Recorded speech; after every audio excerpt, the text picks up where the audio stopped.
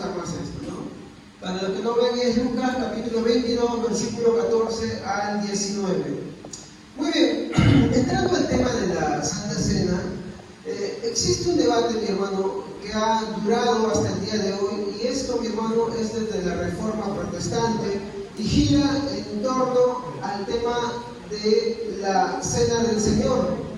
Y básicamente el conflicto de la división que hoy tenemos, mi hermano, tiene que ver con el modo, mi hermano, o la forma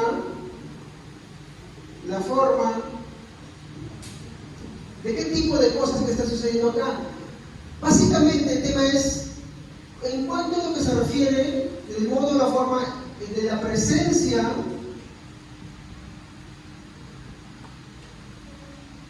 de Cristo. Ahora, el punto acá es el siguiente: ¿de qué manera Cristo está presente en la Santa Cena? Y lo que vamos a hablar hoy en día no es, mi hermano, un tema tan sencillo. Si bien es cierto, hay posturas alrededor de este tema, no es algo que se vaya a pasar así nomás. ¿Ya? Y al explicarte estos temas, mi hermano, de repente cada uno va a decir: ah, por esto yo pensaba así, o por esto yo creía así, o incluso este es el error que yo estaba cometiendo y la causa se encuentra aquí. ¿Ok? Entonces, todo el conflicto, todo el debate va a centrarse en el modo o la forma de la presencia de Cristo en la Santa Cena, ¿no? Básicamente es el modo, la forma de la presencia de Cristo en el sacramento de la Santa Cena, en cómo es que Cristo está presente en ella, ¿no? Y entonces vamos a encontrar en todo esto 4 posturas, ¿ya? Sí, existen hoy lo que se llaman las 4 posturas en torno a la Santa Cena. Entonces quiero pedirles por favor que estén atentos a esto, muy atentos, porque esto va a entrar a tallar, mi hermano, en lo que usted cree, cómo lo cree. ¿Esto es importante? Sí, hermano. Sí. Porque como dije, mi hermano, nosotros no podemos hablar algo que nos inventemos de pronto o que nos parezca mejor o no. La fe, mi hermano, no es algo que hoy me están revelando y que no. Ya tienes una historia y el punto es aprender lo que ella nos está enseñando. ¿Por qué es que la gente que ya vivió dejó establecer ciertas cosas? ¿Por qué lo hicieron? ¿Y cuál fue la razón por la que pensaban así? Y este es el punto de reflexión que quiero hacer en esta mañana. Entonces existen 4 posturas. Esas 4 posturas son la romana. Cuando hablo de romana, ¿a qué me refiero, hermanos? Católico, apostólico, romano. Existe la otra postura que es la luterana. ¿A qué le suena esto? A Lutero. Muy bien. Existe otra postura, la anabaptista. Esa es otra. ¿Sí? Perdón. Sí, me estoy confundiendo la letra. Anabaptista. Ahora sí. Entonces, esa es la tercera postura. Sé que es un nombre que no se escucha, pero usted se va a dar cuenta que es una de las corrientes más difundidas, ¿ya? Y existe la otra postura, que es la postura reformada. Sí, son hoy por hoy las 4 posturas que han llegado hasta nuestros días para poder resolver, porque no es algo tan sencillo, no es algo que usted diga, sí, bueno, así nomás. No. Es algo bien complejo, por eso es la división de las 4 formas de pensar acerca de la Santa Cena. Entonces, resumamos. El conflicto o el debate es concerniente a cómo es que la presencia de Cristo está presente en la Santa Cena. Y para esto, ¿no? Por medio del sacramento de la Santa Cena, y para esto tenemos 4 posturas: la romana, luterana, anabaptista y la reformada. ¿Ok? Entonces vamos a ver qué es lo que ellas creen. ¿Estamos? Para empezar, ¿no? Como les dije, lo que vamos a tratar el día de hoy es tratar de explicar cómo cada una de estas posturas trata de transmitir una enseñanza, porque sí, cada postura te transmite algo. No es que uno a simple vista va a decir, ¿sabe qué? Eso no me interesa, esto no. Obvio que también hay algunos errores, sí, porque no es tan sencillo, hermanos. Pero tampoco, y ahí vamos a ver una de las posturas, de cometer un error gravísimo, de agarrar y tomarlo así nomás, porque eso nos hace personas que pisotean las cosas de Dios, especialmente todo lo que tiene que ver con Cristo. ¿Ok? Así que no es así nomás. Mi reflexión en esta mañana, si puedo adelantarme un poco, es despreciar la Santa Cena. No tomarlo con el verdadero valor y significado que esto tiene que tener. No saber lo que eso implica. Podemos agarrar muchas cosas más. Que así como en el bautismo, y no querer bautizarse, implica que una persona posiblemente no ha creído en el Evangelio, no se ha arrepentido, lo mismo sucede con la Santa Cena. No es cualquier cosa así nomás. Así que tomemos atención porque no es tan simple como parece esto. ¿Ok? Mi punto acá es tratar de ver y no decir simplemente, mira, esto es el demonio, esto es el diablo, como algunos se abalanzan. No. Mi punto es tratar de ver cuál de estas cuatro posturas es la más bíblica y se acerca a lo que más quiere explicar la Santa Cena. ¿Ok? Este es el punto. Quitemos la vez de decir, no, esto no me parece porque no, sino de tratar de querer buscar dentro de la palabra de Dios a través de la comprensión que ella nos da, de ver cuál es la postura más bíblica. ¿Estamos? Ese es mi punto acá. Entonces vamos a tratar de ver cuál es la postura más bíblica posible, ¿ok? Porque no es tan sencillo, ¿no? Entonces, vamos a empezar, ¿no? Y vamos a poner como primer punto, por favor, tengan nota, la postura, ¿no?, católica romana. Esta es la más larguita, ¿por qué? Ya lo van a entender cuando lo vayan escuchando, ¿no? Así que si ustedes de repente están un poquito cansaditos, espero que hayan traído agüita, ¿no? Porque sí, es un poquito pesadito en esa parte, pero es muy interesante porque hay algo también que hay que aprender ahí, ¿ok? Pero también es importante comprender para saber por qué no estamos de acuerdo con esta postura, ¿no?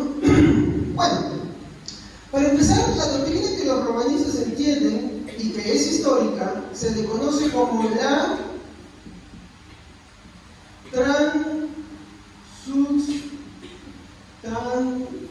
¿ves para mí difícil incluso repetirlo? Transubstanciación. Muy bien, ¿ya?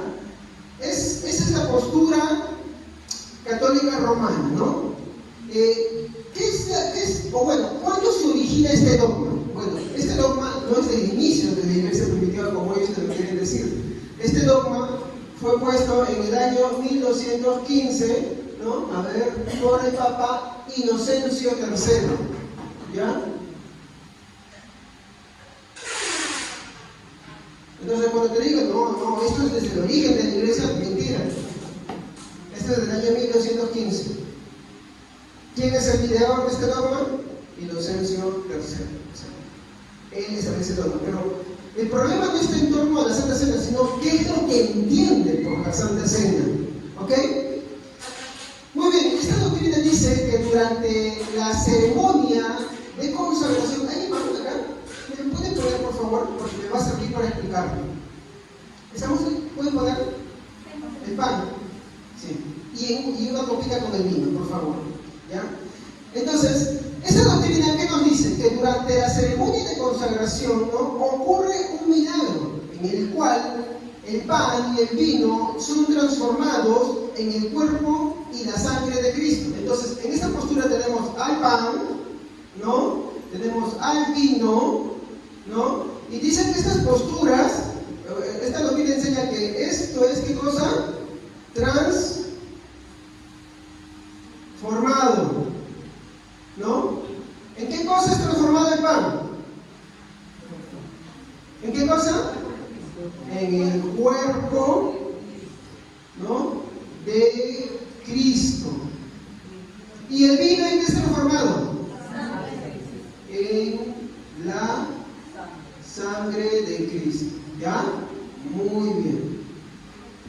Entonces, ahorita que el hermano termine de servirlo, voy a explicarles mejor esto. Entonces, en esta ceremonia, ¿no?, por medio de la consagración del sacerdote, cuando él toma el pan, ¿no?, literalmente lo que él está diciendo es que la presencia del cuerpo,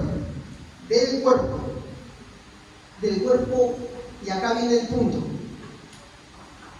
real. ¿Saben qué es real? Es como decir, alguien habla ahorita de mí, pero yo no estoy presente. Pero ¿cuándo puede decir que mi presencia es real? Cuando yo estoy presente. Entonces, en la ceremonia de consagración, cuando el sacerdote toma el pan y toma el vino, literalmente ocurre lo que se llama la transustanciación, que es que el pan pasa a convertirse en el cuerpo de Cristo y el vino en la sangre de Cristo, pero de manera real y algo más. Gracias, hermano. Real y presente. ¿Ya? Esto es lo que te dice. ¿Estamos? Muy bien. Entonces, los romanistas llaman a esto lo que se le conoce como no sé si han escuchado esto, los milagros eucarísticos. ¿Qué es un milagro eucarístico? Es la consagración del pan y el vino por medio de un sacerdote que durante la misa pasan a convertirse de manera real y literal en el cuerpo, los huesos de nuestro Señor Jesucristo y en la sangre de nuestro Señor Jesucristo. ¿Ya? Ahora, el punto acá es, mi hermano, saber cómo es que esto sucede, ¿no? Para los romanistas, para fortalecer su doctrina, Roma toma prestados ciertos conceptos no bíblicos, sino que para poder reforzar esto, ¿ya?, porque acá hay algo cierto y acá hay algo que no es cierto también. Para tomar estos conceptos, ellos toman prestados ciertas ideas aristotélicas. ¿Por qué hablo de ideas aristotélicas? ¿De dónde creen ustedes que procede eso? Muy bien. ¿Qué cosa? A ver, díganlo fuerte. Aristóteles, ¿no? ¿Y quién fue Aristóteles? ¿Ah? Un filósofo que vivió entre el 384 y murió creo por el 320 y tantos. ¿Ya? Esto todo es antes de Cristo. O sea, Cristo no había nacido, ¿ya? ¿Y cuál es el punto? Y acá tomen atención, ¿eh?, porque les voy a mostrar desde dónde Roma toma estas ideas para poder dar validez a esto de los milagros eucarísticos, ¿ya? Por favor, no tomen conclusiones tan rápidas. Escuchen completo el paquete para que ustedes puedan entender y decir, este es el motivo, y lo van a comprender. Muy bien. Entonces, ¿qué dice Aristóteles? Cuando Aristóteles trata de definir lo que es la realidad, ¿qué es la realidad? Todo lo que me rodea, ¿no? Esto, aquello, la planta, yo, el hermano, yo, fulano, ¿no? Las cosas, ¿no? Cuando él trata de definir qué es la realidad, ¿no? Cuando él trata de definir cómo es la realidad, él dijo que cada objeto, ¿no? Cada objeto, a ver, ahí está. Cada objeto, por ejemplo, acá está el pan, ¿no? Cada objeto se compone de dos cosas. Esto ya lo dije el año pasado, pero vamos a hacer la forma de recalco. Primero, se compone de su forma, ¿ya? O materia. ¿Qué es materia, hermanos? Tiene consistencia, todas las cosas que están ahí, que son cambiadas o transformadas por ciertas leyes, ¿no? Muy bien. Pero ¿qué más? Según Aristóteles, no solamente solamente la realidad se compone de forma o materia, sino de la sustancia. Entonces, ¿qué es la sustancia? Viene a ser el elemento esencial que deriva en sus cambios o accidentes. Para hacerlo más sencillo y para explicarlo de esta manera estos pasos. Aristóteles dice que los objetos tienen una forma que puedes ver y tocar. Usted está sentado en una silla, ¿sí o no? Esa silla, ¿puede tocarla? Sí, de hecho, si no tuviera una forma, la silla, bueno, tendría que sentarse. Pero esa silla tiene una sustancia que hace que esa silla pueda ser así. ¿De qué material son las sillas? Plástico. Pero si hablamos de qué composición, cuál es su sustancia, que permite que ese material pueda ser formado de esa manera, vamos a hablar de un nivel al cual no podemos acceder. ¿Qué hace que sea, por ejemplo, el pan? ¿Cuál es su sustancia? Pero la harina es una materia. ¿Qué es lo que hace que la harina pueda tener estos accidentes y pueda ser trabajado como un pan? Bueno, tampoco gluten, hermanos. No se preocupen. No me importa no dar una clase de filosofía para hacerlo bien sencillo, ¿no? A ver, Aristóteles dice que todos los objetos tienen una forma que puede ser tocado, que puede ser visto, que puede ser apreciado por nuestros sentidos. Como por ejemplo, puedo verlo, puedo tocarlo, puedo olerlo. Estoy en ayuno. Puedo morderlo, lo saboreo y puede ser apreciado por mi gusto, por mi tacto, por todos los sentidos. ¿Estamos? Muy bien. Ahora, a su vez, cada objeto posee en su núcleo de existencia, del cual derivan los accidentes, el cual da al objeto las propiedades. Por ejemplo, cuando Aristóteles en su tiempo está viendo lo que es la sustancia, él no está definiendo que el pan está hecho de harina, azúcar y gluten, no. Él está diciendo que en el punto en el cual el ser humano no puede acceder, hace que esto pueda convertirse en pan. O todo lo que se deriva la industria de la panadería. Estamos, pero yo no puedo acceder y agarrar y hacer que esa sustancia haga que este pan, en vez de ser pan, se vuelva piedra. Y que cuando yo lo meta al horno, meto una masa de harina, me salga pues un martillo.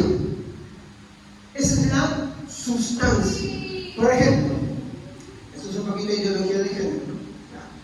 Usted ha visto que las personas que son trans, ¿qué hacen para volverse, por ejemplo, un hombre quiere parecerse a una mujer? ¿Qué hacen?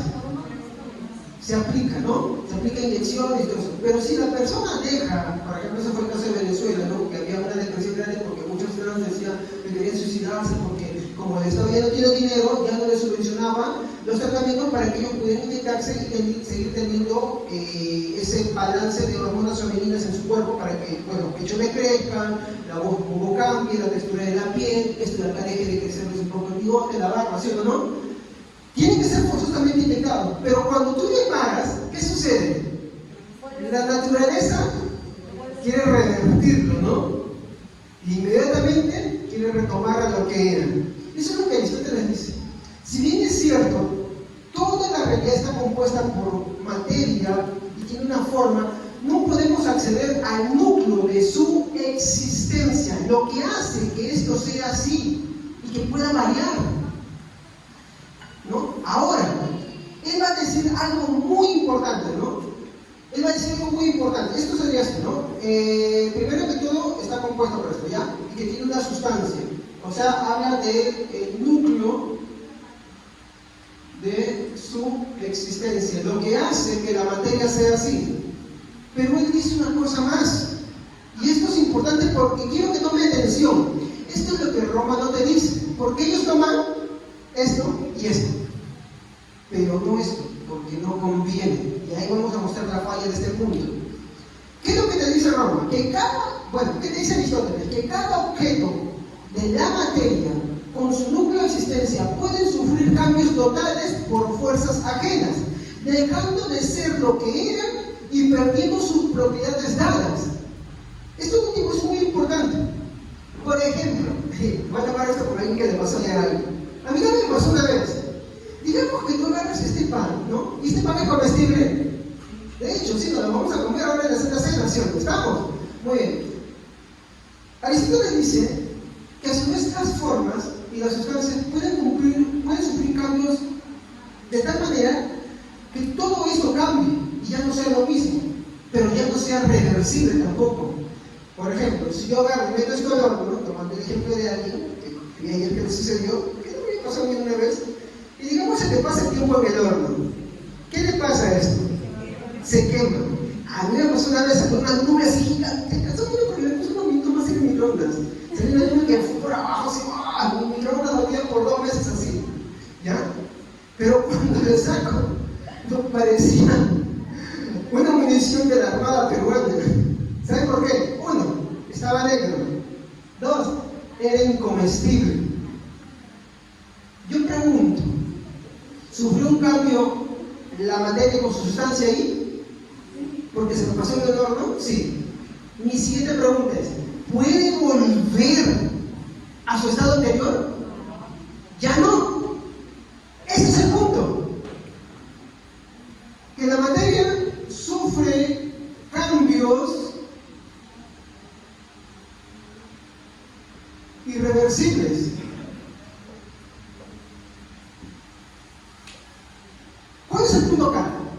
Roma te dice que en la Santa Cena, mediante el milagro de la transustanciación, sucede un milagro. En el núcleo de existencia, escúchenme, en el núcleo de existencia del pan, ¿esto qué se convierte? En el cuerpo de Cristo. El problema es, si yo lo como, dice que en su núcleo de existencia, si yo lo como, ¿esto sabe a carne? No sabe a carne. Y si yo bebo el vino, ¿sabe a sangre? Siguen siendo pan y vino. ¿Se da cuenta? La Iglesia Católica Romana dice que ahí hay un milagro eucarístico, que el pan ha dejado de ser pan y ahora es el cuerpo de Cristo, y el vino ha dejado de ser vino y ahora es la sangre de Cristo. Y ellos toman a Aristóteles como base. Pero el problema es, cuando yo lo huelo, cuando yo lo pruebo, cuando yo lo bebo, siguen siendo los mismos elementos. No ha cambiado nada. ¿Ya? Entonces, lo que hace Roma es ponerte los 2 primeros puntos ignorando el último, ¿no? Entonces, ¿qué hace Roma? Roma dice que durante la ceremonia de la misa, por medio de la consagración, el pan deja de ser pan y se convierte en el cuerpo y carne y hueso de Cristo, y el vino en la sangre real de Cristo. El problema, como les dije, es que el pan sigue sabiendo a pan, huele a pan, el vino sabe a vino y huele a vino. Resumen en esto, ¿algo ha cambiado? Y la respuesta es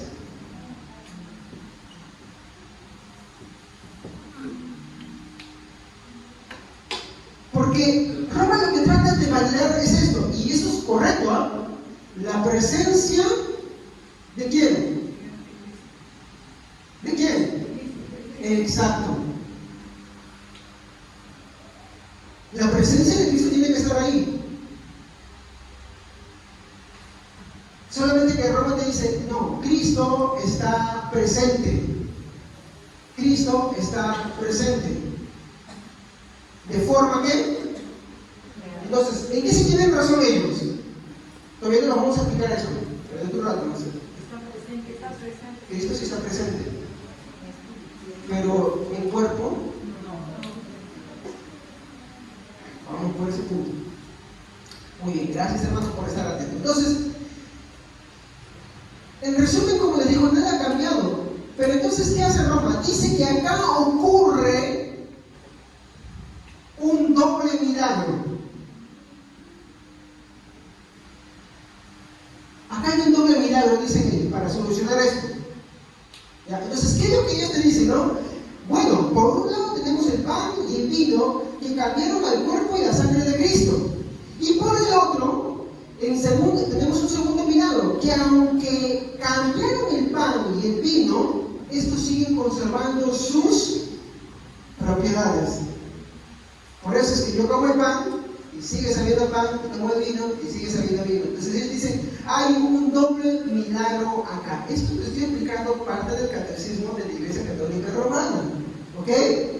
Esto es lo que ellos te enseñan. No creo que con esto se vaya a poder católico romano, porque aquí hay varias fallas. Hermanos, amén. El problema, mi hermano, es que yo no puedo decir que algo ha cambiado en su composición interna sin que su exterior sea modificado totalmente. ¿Estamos en eso? Creo que ahí quiero dejarlo claro. Yo no puedo decir que esto ha cambiado y sigue siendo igual. Si el núcleo interno cambia, por ende, todo lo externo tiene que cambiar. El problema es que no hay ningún cambio ahí. Ejemplo, no puedo decir que una gallina ahora tiene esencia o sustancia de jirafa en el interior, pero la gallina sigue, mi hermano, caminando y cacareando, ¿no? Como una gallina. ¿Qué es? ¿No? Gallina con esencia de jirafa. No existe eso. Pongo un ejemplo más práctico. A ver, en las plantas. Yo tengo una manzana. Si yo le planto la manzana, ¿qué me sale? ¿Un árbol de gallinas? Un manzano. Porque su sustancia, ¿qué te dice? Que tiene que producir lo mismo que ella es. ¿Me entiendes? Entonces, la sustancia es la parte interna que hace que seamos lo que nosotros somos. No podemos entrar allá, no podemos. Eso es algo que Dios definió y lo dejó así, punto. Y solamente Él puede hacer el cambio, pero cuando Él cambia lo hace totalmente. En el punto que es que ellos te dicen dos cosas. Mira, ha cambiado, pero por otro lado no cambia nada, sigue siendo igual. Entonces, como que esto es una cara de pelo por ahí. ¿Ya? Es por eso, mi hermano, que Lutero se opone a esto y dijo que era demasiada pretensión por parte de Roma. Esto es muy pretencioso. Esto es demasiado para poder agarrar y querer tomarnos el pelo, así por así. Esto es una pretensión, decía. Entonces, esto nos va a llevar a la segunda postura. Bueno, voy a ponerlo acá mientras tienen tiempo de escribirlo. La segunda postura es la postura luterana. ¿No? ¿Por qué luterana?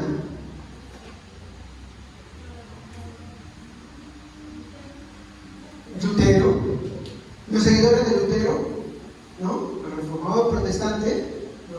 Entonces, recuerden ustedes algo, Lutero Lutero había procedido de la Iglesia Católica Romana, él era un monje agustiniano, ¿ok?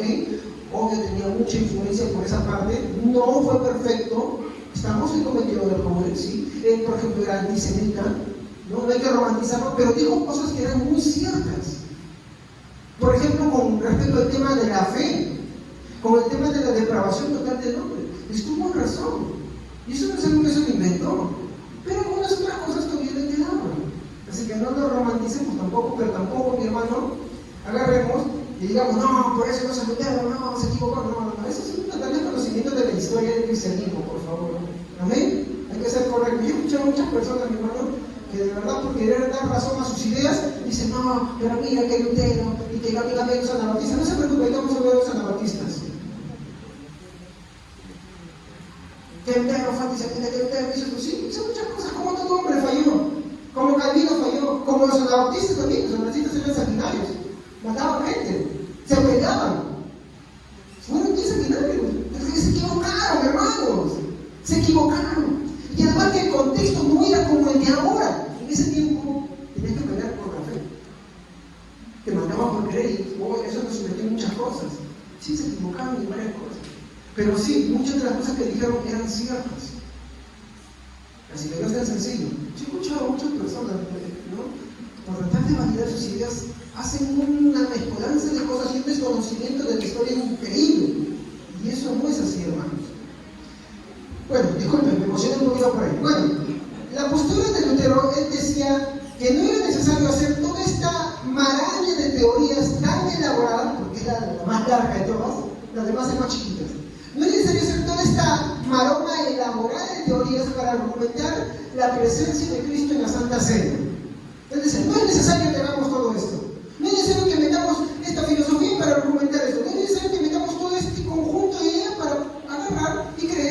presencia de Cristo está presente en la Santa Cena. ¿Ok? Muy bien. Entonces, Lutero, ¿qué definió? Que Cristo está verdaderamente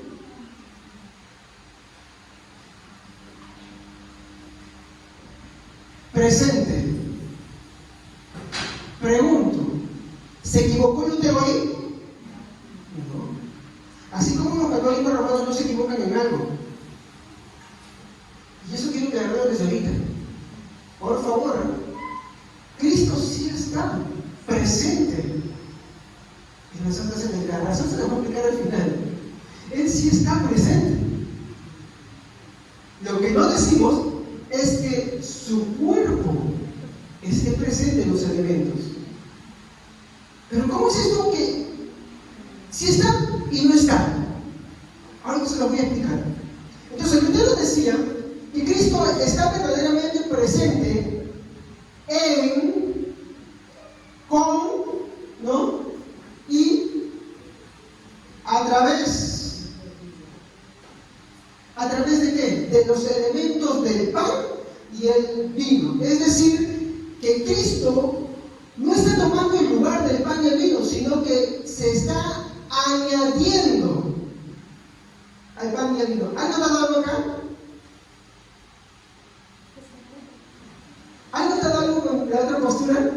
Acá hay algo similar. Sí, el transformado y el otro añadido, ¿no? Por eso esta postura se le llama, para mí es un poquito consustanciación.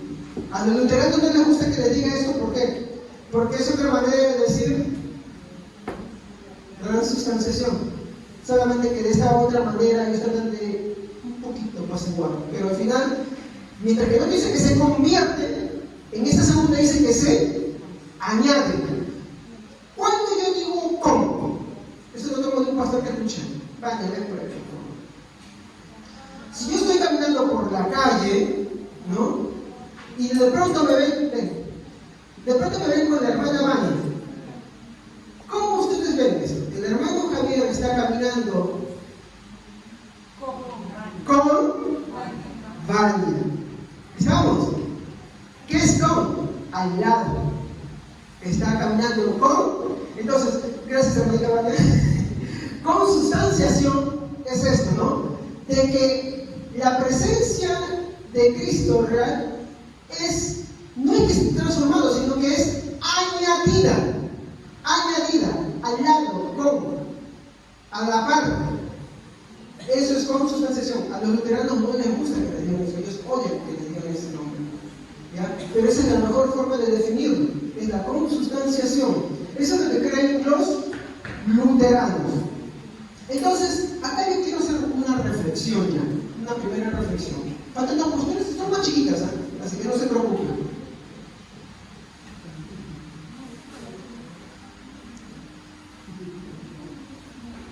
¿Cuántas posturas acerca de la Santa Cena hemos visto, hermanos, que hay? 4 posturas, ¿no? Muy bien.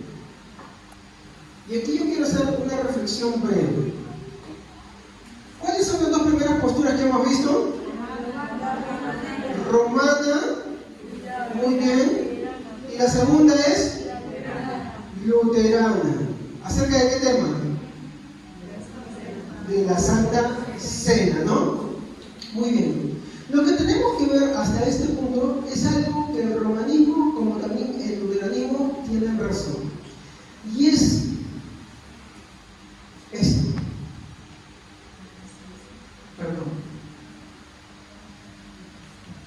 La presencia real de Cristo en la Santa. ¿Cómo, pastor? Entonces usted dijo que no y sí. A ver, primer punto de la primera idea. La presencia real de Cristo en la Santa Cena es algo que tenemos que tener como convicción de fe, ¿sí o sí?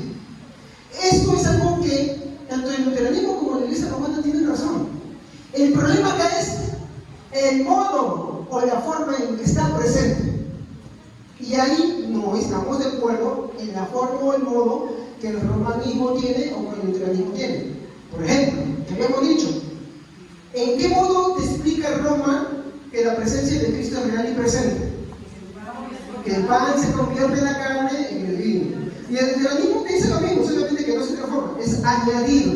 Es como decir, yo a este pan le añado mantequilla, a este vino le añado más agua, o hielo, ahí está, hielo, este no fue, listo. Es, ¿no? Entonces, una verdad que sí tiene razón, la presencia de Cristo es real en la Santa Cena, en los elementos de la Santa Cena. El problema es el modo o la forma en que están presentes. Ahí no estamos de acuerdo. ¿Estamos? Muy bien. ¿Hasta ahí me entendieron, hermanos? Muy bien, muchas gracias. Yo me lo digo a ustedes. Si yo no puedo explicar esto, yo estoy mal, tengo que regresar otra vez a hacerlo todo. No acá, sino en mi casa. ¿Ok? Muy bien. Entonces, vamos ahora sí a la tercera posición. ¿Ya? Hasta acá tenemos esta idea en claro, ¿ya? Voy a borrar esto para que nadie se vaya a confundir y diga, es una reina ahí. Algo que sí tiene razón la Iglesia Romana con la Iglesia Luterana, la presencia real de Cristo en la Santa Cena. ¿Ya? El punto 3 es, ¿cuál es? ¿Qué postura? Postura anabaptista. ¿Qué le debemos a la Iglesia Anabaptista? Un paréntesis. El credo bautismo. Ahí tuvieron razón, sí, tuvieron un aporte. ¿Qué es el credo bautismo? Que yo para ser bautizado tengo que creer primero. No se equivocaron en eso. Así que eso se lo debemos al anabaptismo. Pero el anabaptismo también tuvo sus otras cosas. Ahora, esas cosas no nos interesan ahorita, es para estudiar después, para ver cuando hablemos un poquito de historia. Ahora, esta postura es muy simple y muy sencilla. Y hay que ser sincero, es creída por la inmensa mayoría de iglesias en nuestra actualidad. Puede que incluso usted haya creído así. Sí. Puede incluso que usted haya creído de esa manera. ¿No? Básicamente lo que te dice que la Santa Cena, y tiene razón ahí, perdón, me olvidé un versículo, para definir esto. Lucas, capítulo 22, versículo 19. Porque ellos tienen su texto también. Lucas, capítulo 22, versículo 19. A ver. También tomó pan y después de dar gracias lo partió y se lo dio a ellos y dijo: Este pan es mi cuerpo, entregado por ustedes. Hagan esto en memoria de mí. ¿Qué está diciendo? Este pan y este vino es mi cuerpo. Por eso es que la Iglesia Luterana, la Iglesia Reformada, hablan de la presencia real de Cristo en la Santa Cena. ¿Y es algo que también los cristianos creemos? Sí, ahí sí tienen razón. Ya, solamente no estamos de acuerdo en el modo o la forma.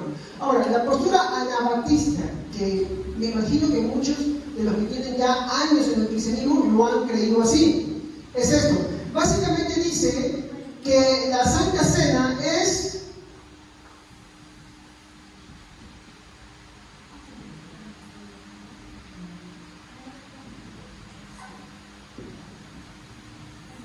¿es verdad esto? Si la Biblia lo dice, porque ellos tienen una base para centrarse en eso. ¿Y dónde se encuentran? En 1 Corintios, ¿no? En el capítulo 11, creo que es el versículo 24, déjenme ver para corroborar, sí, a ver, alguien que lo lea, porque le toman de ellos para entender que es una conmemoración también, básicamente. ¿Qué dice? También en el otro pasaje que leyeron este romano de Lucas también lo dice. Dice las dos cosas.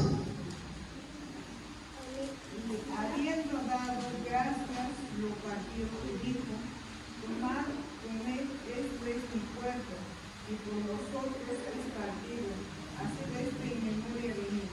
¿Qué es conmemoración? Se hace algo en memoria de él. ¿Estamos? El problema es la aplicación en nuestros días. Y se lo voy a decir porque ¿ustedes se han dado cuenta de que acá yo he puesto algo? Muy bien. ¿Qué es mero? Cuando yo digo que algo es mero, no es pescado.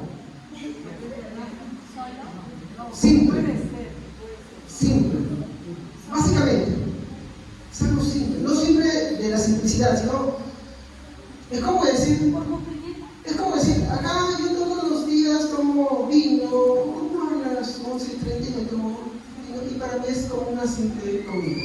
¿Me entienden? El problema con la postura anabautista, y que también yo he creído y revisando otras doctrinas de otras iglesias, especialmente de iglesias de por acá, porque antes de venir me tomé tiempo de revisarlas, de leerlas, incluso una de ellas me descargué en mi celular, ¿no? Te habla de que es simplemente una conmemoración. Ellos no te hablan sobre esto. Ellos no te hablan sobre esto. Te dicen que es una conmemoración.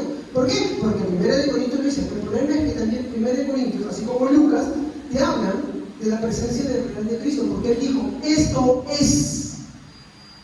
De hecho, una de las palabras que Lutero decía en latín decía, es corpus ex mine, ¿no? Esto es mi cuerpo y mi sangre, ¿no? Entonces,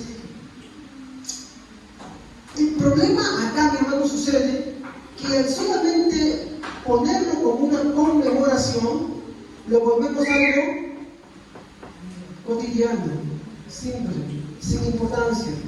¿Y saben por qué lo digo, hermanos? Porque al solamente llevarlo así, descuidamos algo. Que esto implica que ninguna presencia del Señor está en la Santa Cena, sino simplemente algo que nosotros muchas veces hemos dicho. ¿Qué cosa es la Santa Cena? ¿No se nos va a decir la Santa Cena muchas veces? Es un memorial. Pero esto es verdad. Es un memorial. Pero no es un simple memorial.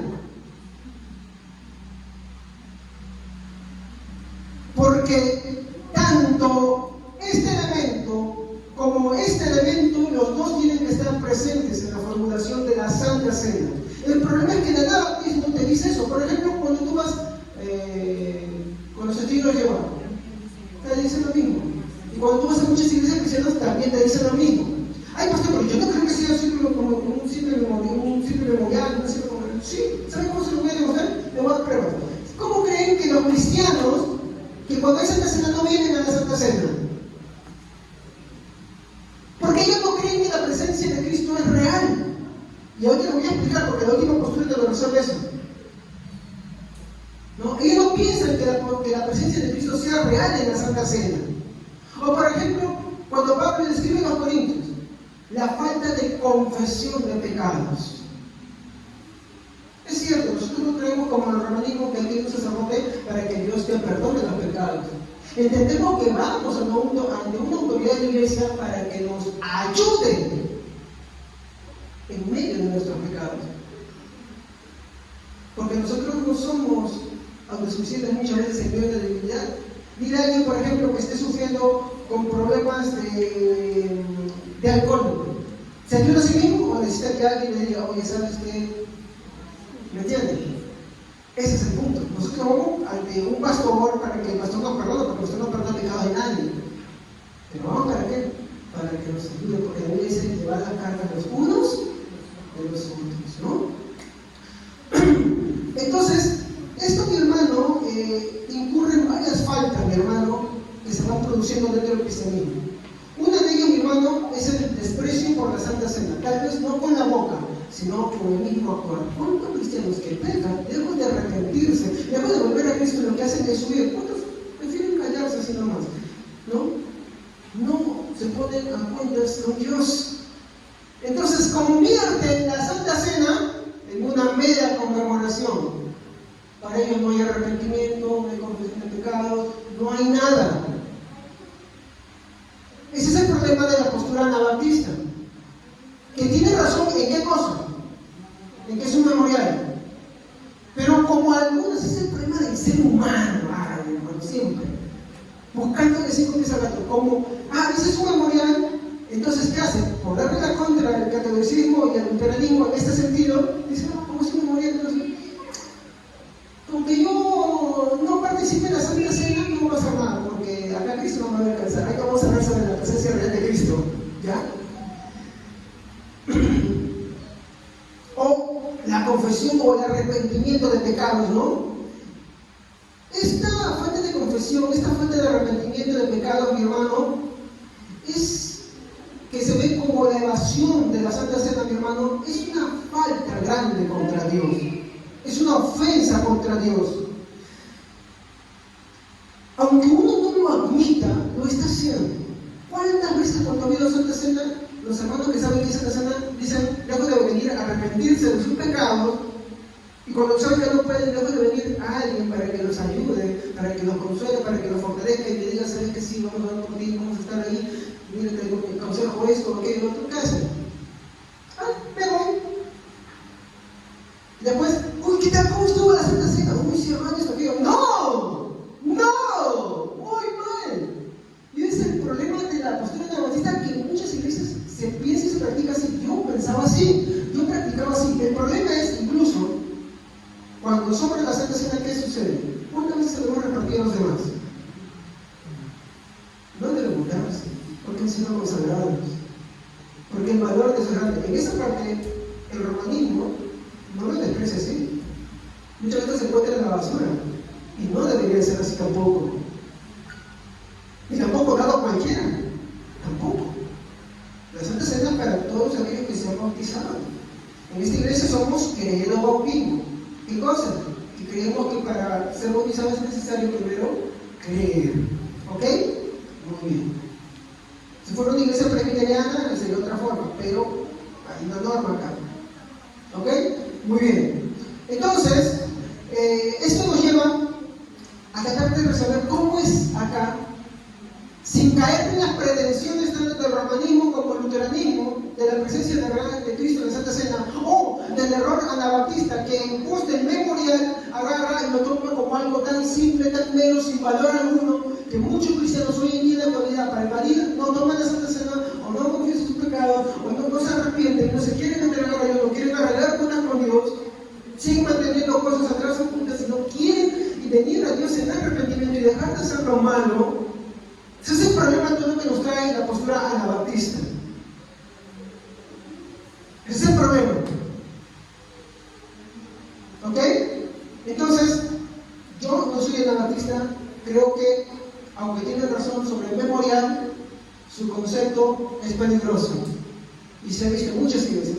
¿O no recuerdan ustedes eso? A ver, díganme, hermanos, si estoy mintiendo. Díganme si no estoy mintiendo en eso. Que al tomarlo como un simple memorial y despreciar que la presencia de Cristo es real en la Santa Cena, ¿qué se hace muchas veces? Se toma la Santa Cena sin arrepentimiento, ¿sí o no? ¿Qué más? En otro caso, que se cree más espiritual, no estoy presente, ¿sí o no? Ay, no sé, ya me enfermé, no sabes que me dio un dolor de estómago, no, que me pasó esto, que me chocaron, uy, tantas cosas que se inventan. Discúlpenme, ese es un desprecio. Ahorita les voy a dar en la cuarta postura las implicaciones de todo eso. ¿Ya? Esto me lleva a la cuarta postura. O sea, había cuatro posturas que mencionamos, ¿no? ¿Cuál hablamos ya? ¿No? Perdón. Estaba ya poniendo cuatro, pero ahí casi lo pondré ya. Ya. Entonces la última postura es la postura reformada. ¿Cuál es el tema acá? Como por un lado estaban las pretensiones del luteranismo, no, bueno, no tanto, pero más fuerte en la iglesia romana, y la forma de tratar de simular del luteranismo, por otro lado encontramos la posición anabaptista, que también tomando una cosa cierta, se va a un extremo en el cual, aunque no se dice, se ve el desprecio. Eso lo vemos en la práctica diaria. Entonces, ¿qué va a suceder acá? Esto nos va a idear más que todo alguien a quien le debemos que resolvió esto. Calvino, muy amado por unos, muy odiado por otros. ¿Qué voy a hacer? Que dejó la mejor fórmula en cuanto a la Santa Cena. Como yo les dije al principio, acá no se trata de explicar que esto es del diablo o no es del diablo. Acá se trata de ver cuál es la postura más bíblica y por esa optar. ¿Ok? Entonces, la comprensión de esta última postura acerca de la Santa Cena se la debemos a Juan Calvino. ¿Qué decía Juan Calvino? ¿Cómo es posible que para que Cristo en su humanidad, a ver, quiero que haga explicar algo. Cristo cuando estuvo entre nosotros, ¿cómo estuvo? ¿Como espíritu o como un hombre de carne y hueso? Y cuando resucitó, como espíritu. Los testigos de Jehová dicen que Cristo resucitó como espíritu, pero el problema es que Cristo comía. Y él mismo dijo, tóquenme, pálpenme. Un espíritu no tiene carne ni hueso, ni come como yo. No se preocupen, no estamos para aprender, hermanos. Nadie se sienta mal. Nadie se sienta mal. El punto es aclarar esto. Entonces, de hecho, Pablo dice, ¿no? Si Cristo no resucitó de los muertos, si Cristo no resucitó en carne y hueso, van a nuestra fe. La columna vertebral de mis enemigos se sostiene en base a eso, ¿no? Muy bien. Entonces, también decía, ¿cómo es posible para Cristo en su humanidad estar presente en diferentes partes al mismo tiempo y a la misma vez? Por ejemplo, hoy en día es Domingo de Resurrección. Muchas iglesias, ahorita en la mañana, no todas, pero ahorita en la mañana, a esta misma hora, están tomando la Santa Cena como nosotros vamos a tomar la Santa Cena. ¿Cómo es posible para Cristo en su humanidad? Te pregunto, cuando Cristo resucitó de entre los muertos, ¿estuvo en dos lugares al mismo tiempo o en un lugar a la vez? Pregúntense, en su humanidad. En un solo lugar. Si hubiera aparecido en dos lugares al mismo tiempo, la Biblia te lo hubiera dicho. En su humanidad. ¿Ok? Porque recuerden, Dios se hace hombre, toma cuerpo de hombre y resucita como hombre. Su cuerpo glorificado era un cuerpo más exaltado, pero sigue teniendo las mismas propiedades de su humanidad. ¿Ok? Entonces, para esto, podemos ver Juan 16, por favor. Juan 16. Dentro de poco ya no me verán, pero un poco después volverán a verlo. Muy bien. Ahora, Romanos 8:24.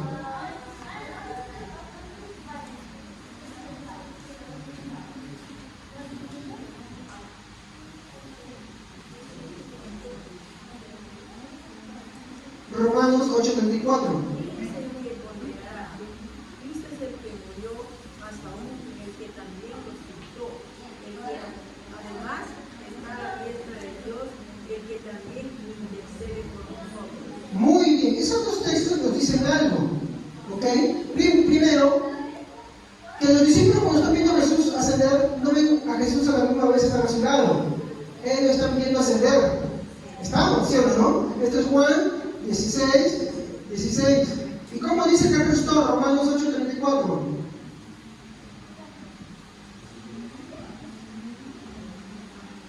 A ver, hermano. ¿Quién es el que condenará? Cristo es el que murió, más aún el que también resucitó, el que además está a la diestra de Dios, el que también intercede por nosotros. Muy bien. El primer punto es, ¿qué nos dice la Biblia de su cuerpo? ¿Qué nos dice de la humanidad de Cristo? ¿Qué más?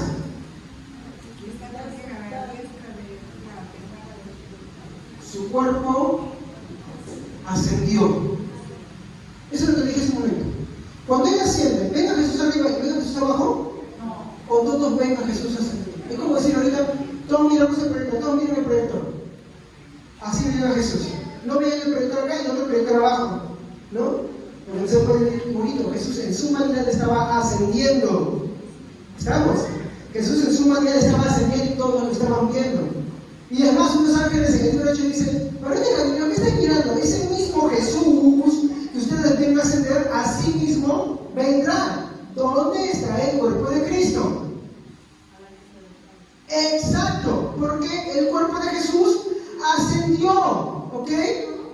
Esto lo vimos en Lucas capítulo 24, versículos 50 al 51. Leanlo, por favor. Su cuerpo ascendió.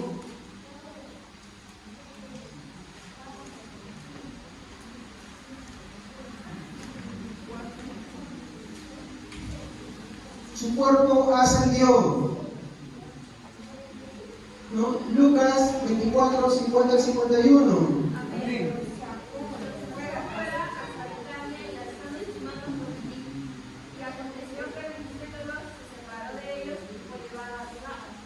Muy bien. ¿A dónde fue llevado Cristo? Al cielo. Al cielo. Pero a su vez también Cristo dijo algo. Mateo 28, 20.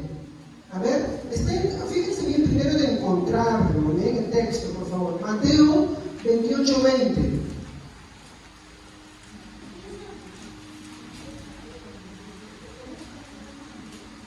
Enseñándoles que guarden todas las cosas que os he mandado, y he aquí, yo estoy con vosotros todos los días hasta el fin del mundo. ¿Se dan cuenta de esas dos cosas? ¿Ah? Por un lado, ven el cuerpo de Cristo. Y cuando Cristo está sentiendo, ¿qué dice? Yo voy a estar con ustedes hasta el fin. ¿Qué he puesto siempre, si no más para resumirlo? Yo voy a estar con ustedes para siempre. Entonces, la pregunta que Calvino decía es: ¿cómo es que Cristo, su humanidad, que asciende al cielo, puede estar con nosotros? Lo que yo te tomé en la Santa Cena. ¿Cómo es que, siendo que su cuerpo está en los cielos, a la diestra del Padre, Él puede decir que está con todos nosotros hasta el fin del mundo? Esto es importante. No. Eso no es lo que te lo voy a explicar, tranquilo. Sí, ahí está, tranquilo. Esto es importante. Y gracias, hermanos, porque las dudas que tienen ustedes, las cosas me motivan, hermanos. Amén. Esto me emociona bastante. A ver, para Calvino, la Santa Cena, mis hermanos, ¿no? Esto lo voy a poner acá. Para Calvino, la Santa Cena no era un simple memorial. Aunque es un memorial, no podemos catalogarlo como simple, como mero. ¿Estamos? Usted no puede despreciarlo así. Usted tiene que entender, ¿es un memorial? Sí, pero no es un simple memorial. ¿Estamos? Quiero aclarar otra vez. ¿Es un memorial? Sí, pero no es un simple memorial. Pero cuando usted lo desprecia, cuando usted no asiste, cuando usted busca cualquier pretexto, sino más, para usted, aunque no lo diga, es un simple o mero memorial. Usted no puede agarrar y hacer eso. Cuando usted va a ella sin arrepentirse, ¿me entiende? Sin hacer una reflexión de su vida y va y toma la Santa Cena, para usted ya no es un memorial, es un simple memorial, es un mero memorial. ¿Estamos? Para Calvino no era un mero memorial, no era un simple memorial. Pero tampoco podía decirse que el cuerpo, ¿no?, de Cristo estaba ahí. Pero ¿cómo se resume si Cristo dijo, esto es mi cuerpo y mi sangre? Es obvio, Calvino no está respondiendo, él está haciendo la reflexión. ¿Cómo es posible que mi cuerpo, que el cuerpo y la sangre de Cristo estén ahí? Si él lo dijo, tiene que haber una solución, ¿no? ¿Cómo puede ser posible? ¿No? Entonces, como le dije, él va a considerar, sí, las dos cosas que he contradicho ahorita: que la Santa Cena, si es un memorial, y que la presencia, sí, es real también. Por favor, explíquenos. ¿Cómo que no y cómo que sí? Ya, ahora viene la respuesta, hermano, no lo voy a desesperar más. Para darle solución, hermano Calvino, a esto, y como todo buen cristiano siempre hace, uno no puede, mi hermano, desentenderse de todas las cosas que el cristianismo ya dejó en el pasado. Entonces, ¿qué hace Calvino? Calvino va a recurrir a algo que la misma iglesia ya había dejado. Y esto es lo que quiero transmitirte esta mañana. Tristemente, por ejemplo, no voy a dejar escrito el anabautismo. ¿Por qué? Porque el anabautismo prácticamente se ha deformado su idea al punto de no darle el valor. Vaya donde vayan las iglesias, usted va a encontrar demasiados cristianos que no tienen temor. Es como, por ejemplo, tú te vas a ir a una iglesia católica, yo vamos a pasar al perrito, veo una devoción increíble, como siempre predicar. A ver, en la iglesia católica le ponen una imagen y tienen temor. En la iglesia protestante no tienen imágenes y no les da temor nada. Cada quien viene como desea, cada quien hace lo que desea, no le respeto la palabra del Señor, no hay una solemnidad. ¿Qué quieren? Que pongamos una imagen. Eso decía un pastor, no yo. Y estoy de acuerdo con eso. Por eso es que la posición de la Bautista la rechazamos totalmente. Entonces, ¿cómo es que Calvino va a resolver esto? Él va a recurrir a algo histórico. Y a esto se llama el Concilio de Calcedonia. Ay, pastor, qué aburrido, por favor. Ayúdanos a venir con esto. No, esto es importante. Hermano, esto es importante. Esto es en el 451. ¿Había nacido Calvino? No, no había nacido. La iglesia conservaba todavía sus dogmas de fe básicos esenciales. Sí, todavía las conservaba. ¿Ya? Entonces se va a recurrir al Concilio de Calcedonia, donde se da una formulación. Y si está atento usted a todas las cosas que he dicho, acá ya la van a encajar. Miren lo que decía en el Concilio de Calcedonia, que en Cristo hay dos cosas. ¿Qué cosa? ¿Qué cosas hay, hermano?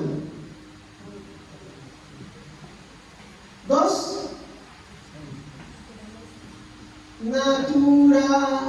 Disculpe mi letra, ya que no soy bueno escribiendo, pero lo hago para llamar la atención. Trata de hacerlo para mí. En Cristo hay dos naturalezas. ¿Cuáles son esas dos naturalezas que tiene Cristo? Cristo no es como nosotros, ¿ah? La divina y la humana. Siempre hemos dicho, no, la parte de Cristo, la parte de Cristo no. Cristo no tiene partes. ¿Se acuerdan cuando se llama la simplicidad? Cristo no tiene partes porque Él es Dios. Él es sin partes. En Cristo hay dos naturalezas. La humana, porque vino y nació de una mujer, ¿sí o no? Y lo conocimos como Jesús. Pero, ¿qué dice la Biblia? En Él habita toda la deidad. ¿Por qué? Porque a la vez que Él era humano, también ¿qué cosa era? Y esto es Dios. En su naturaleza humana Él es Dios, y en su naturaleza humana Él es, su naturaleza divina Él es Dios, y en su naturaleza humana Él es hombre. Entonces, Cristo es como le dije una vez, Cristo es que 50% Dios y 50% hombre. Muy bien, hermanos, qué bueno que se lo recuerden. 100% Dios, 100% hombre. Ay, ¿por qué tiene que ver esto con la Santa Cena? Hermano, por favor, ya díganos. Mira que tiene mucho que ver. Si usted no entiende eso, no va a entender lo maravilloso que es la Santa Cena. Entonces, ¿qué dice el concilio? Que en Cristo hay dos naturalezas, la humana y la divina, 100% Dios, 100% hombre. En Cristo, ¿qué cosa hay? No hay confusión. Entonces Él es sin confusión. ¿Qué cosas más? Dice, sin cambio. Sin cambio.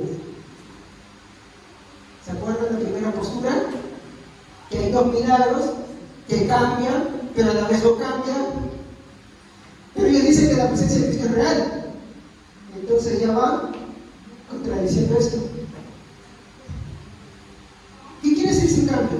Que la naturaleza divina de Jesucristo no puede cambiar y la naturaleza de Él, la naturaleza humana tampoco. Pues es sin cambio, sin confusión, que no están confundidas, que como que tiene doble personalidad. Por algo soy José, por algo soy Alberto. No. Están en armonía. Sin separación. Sin, ¿qué hace que la Santa Cena? Entonces la Iglesia Católica dice dice que cada uno tiene mini Cristos partido. ¿Se dan cuenta? ¿Se dan cuenta? No es por las puras, ¿ah? No es por las puras. Sin separación, sin división. No podemos dividirlo a Cristo. Así como no están, mi hermano, confundidas, no cambian, no están separadas, tampoco están divididas. Es que la única forma de explicar cómo es Cristo es por sus negativos, no por sus afirmativos. Si usar algunos afirmativos no podemos explicarlo a Cristo. Es imposible. Cada naturaleza, ¿no? Cada naturaleza conserva sus propiedades. ¿Qué quiere decir, hermanos, eso? Que no cambian. Entonces, esto de los milagros eucarísticos, por eso lo que decía es una pretensión, porque cayó en el mismo error. Pero cuando los anabaptistas dijeron Jesús siempre memorial, también cayeron en otro error, porque no le daban el valor. Entonces, Calvino se plantea estas preguntas, dice, ¿cómo es posible? ¿Cómo es posible que Cristo, su presencia pueda ser real y presente en la Santa Cena, a la vez ser como memorial, si es que su cuerpo está allá arriba? ¿Qué dijo Esteban cuando estaba siendo apedreado? No, Esteban de acá. No, ahí lo van a ver también. ¿A quién? ¿Quién es ese hijo de Dios? Jesús. ¿Y dónde estaba? Sentado a la vista del Padre. ¿Qué era eso? Eso es lo que él estaba viendo de la naturaleza humana de Cristo. Explicación. Cristo es su naturaleza humana, mi hermano. Voy a hacer mis dibujos feos. Ya, bueno, voy a tratar de hacerlo, ¿ya? Cristo en su naturaleza humana, ¿dónde está sentado? ¿No? Ahí está Cristo. Acá están las nubes, ¿ya? Ahí están las nubes, pero ahí está. Nosotros estamos acá. ¿Estamos? Ya se le apareció un año, no se preocupe. ¿Ya? Nosotros estamos acá. Cristo está en los cielos. La naturaleza humana de Cristo se encuentra sentado en los cielos, dice a la diestra de Dios. ¿Estamos? ¿En eso estamos de acuerdo? Calvino dijo, ¿cómo es posible si él está acá? Que su cuerpo pueda ser partido acá en pedazos. ¿Es correcto lo que él está pensando? Sí, sí está correcto, porque si su humanidad está acá arriba y este es su cuerpo y su sangre, ¿cómo es? Y este presente, ¿cómo es? Y él va a dar una explicación. Cristo, ¿no? En su humanidad, ¿ya? Acá está. Pero Cristo, en su naturaleza divina, tiene un atributo que no tiene su naturaleza humana. Por eso es, ¿dónde está? ¿Dónde está? ¿Dónde está? Conserva. ¿Ya? A ver, sin confusión, ¿ya? Sin cambio, sin separación, sin división. En su naturaleza divina, él tiene un atributo. Él es la naturaleza humana de Cristo. ¿Es omnipresente? ¿Es o no es omnipresente la naturaleza humana de Cristo?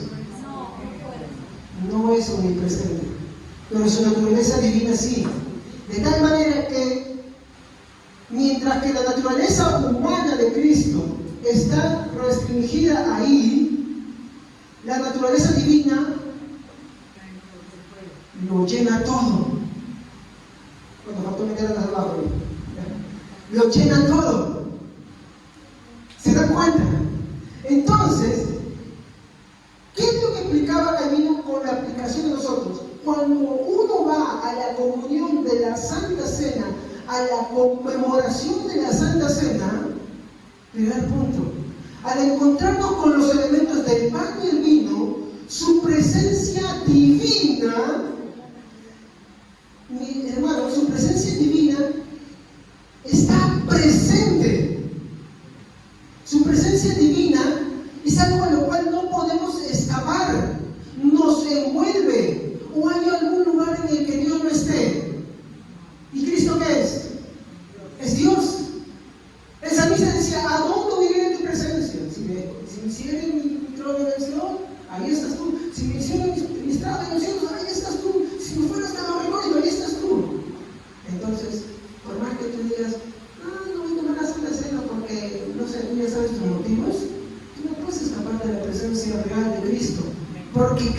Cristo en su naturaleza divina es omnipresente, aunque en su naturaleza humana está centrada en la diestra del Padre.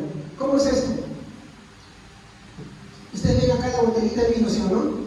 Pensemos que esto es el cuerpo de Cristo. Una idea nada más, y esta es la esencia de Cristo, la divinidad de Cristo.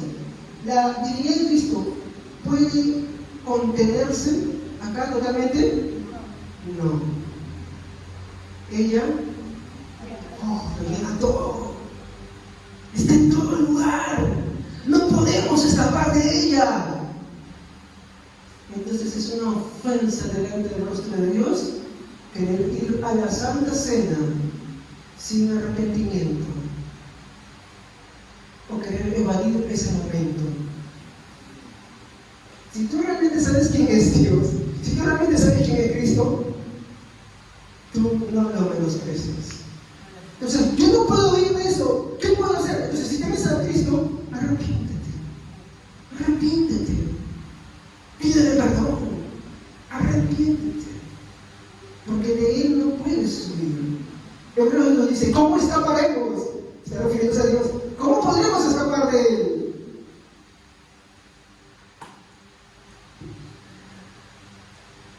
Al encontrarnos con los elementos del pan y el vino, su presencia divina está también presente ahí, a la cual no podemos escapar, pues nos envuelve. Por eso, no participar es ofenderlo. No arrepentirse antes de comer y tomar la Santa Cena también es ofenderlo. Sea que lo hagas aunque estés presente y no te arrepientas, lo ofendes. ¿Estamos ahí? Eso es lo que Calvino está transmitiendo. Entonces, la presencia de Cristo, la presencia divina de Él, esto es lo que estaba hablando, su naturaleza divina de Él, ¿está acá presente también, hermanos? ¿La naturaleza divina? Sí. ¿Qué hace la naturaleza divina de Cristo? Por medio, mi hermano, de la Santa Cena, cuando nosotros estamos participando en ella, nos lleva de forma mística. ¿Qué es esa mística? Unión. ¿Se han dado cuenta que la Biblia dice, y vosotros sois el cuerpo de Cristo, miembros los unos de los otros, y la cabeza es Cristo? Por eso la Santa Cena se llama la comunión. Comunión. Entonces, cuando nosotros estamos en la Santa Cena es como degustar un pedacito del cielo. Porque la presencia divina de Cristo, que todo lo llena, nos lleva al Cristo de la gloria que está sentado a la diestra del Padre. Para mí es la postura más hermosa. ¿Por qué? Porque cumple los requisitos. La presencia de Cristo es real en la Santa Cena y también es un memorial, bueno, ya no por ella, es un memorial que no podemos despreciar y que tenemos que añorar. ¿Se da cuenta?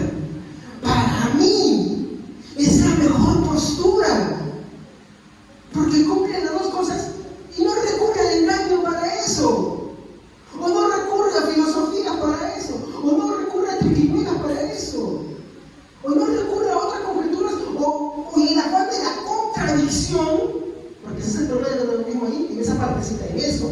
Otras cosas sí se acertaron, porque tampoco lo voy a despreciar, no es así, hermanos. Tuvieron buenas contribuciones también. Pero en el afán de la contradicción, yo no puedo caer en el otro extremo. Entonces, Calvino le hereda a la postura reformada esta comprensión de la Santa Cena. La presencia divina de Cristo nos une a la presencia real de Cristo, que está, mi hermano, en medio de la Santa Cena.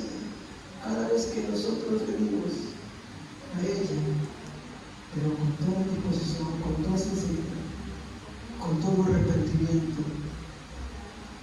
Y como dije hace un momento, en la Santa Cena tenemos un anticipo del cielo, aquí, en medio de esto. Nosotros les podemos despreciar. Es para nosotros más que un memorial. No es un simple memorial. Bien, hermanos, esas son las 4 posturas. Vamos a ver. Jesús, te damos gracias en esta mañana por esto que hemos podido compartir.